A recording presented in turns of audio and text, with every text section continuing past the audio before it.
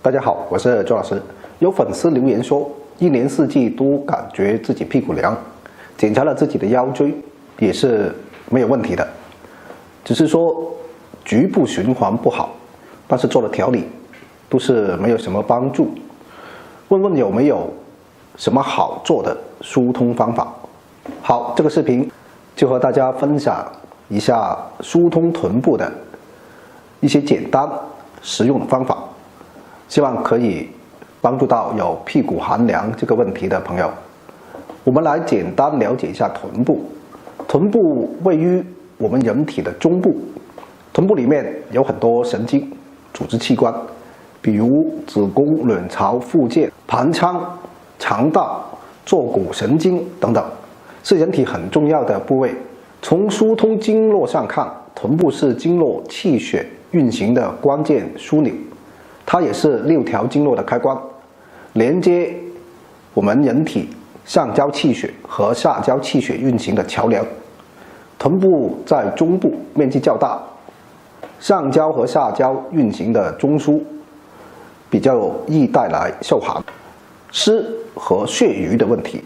尤其是在寒冷的冬天，对于臀部寒凉的人更是难受，也更要注重对臀部的保养。臀部寒凉一般是女性多于男性，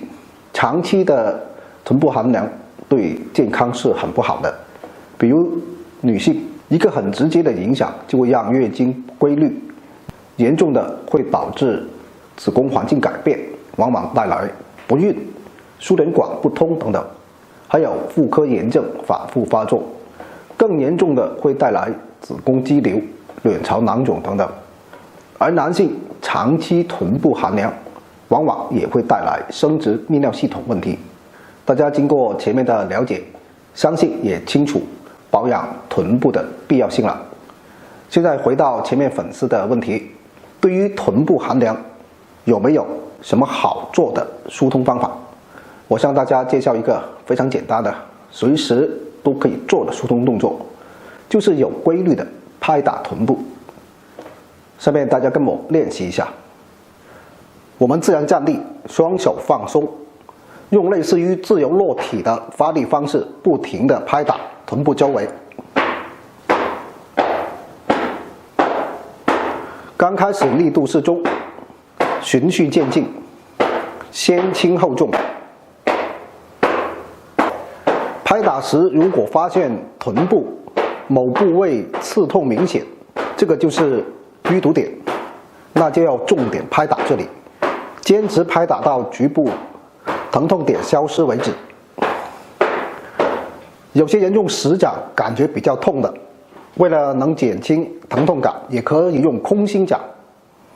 把大拇指和其他4个手指并拢，形成很浅的空心，其他手指依然保持平坦，然后均匀拍打。用实掌拍打刺激会更大，效果会更加明显。那么拍打就根据自己的感觉，如果需要加强某些部位的刺激，也可以用手背拍打，利用并排的手指背面关节拍打，拍打刺激性更大。自己的手拍不到或者手力度不够的部位时，也可以用工具，比如经络拍，就这样均匀的拍打。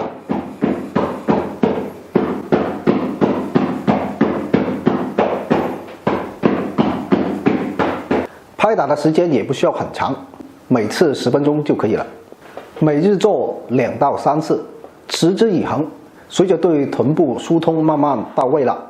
臀部的气血循环自然就会慢慢好起来，慢慢就会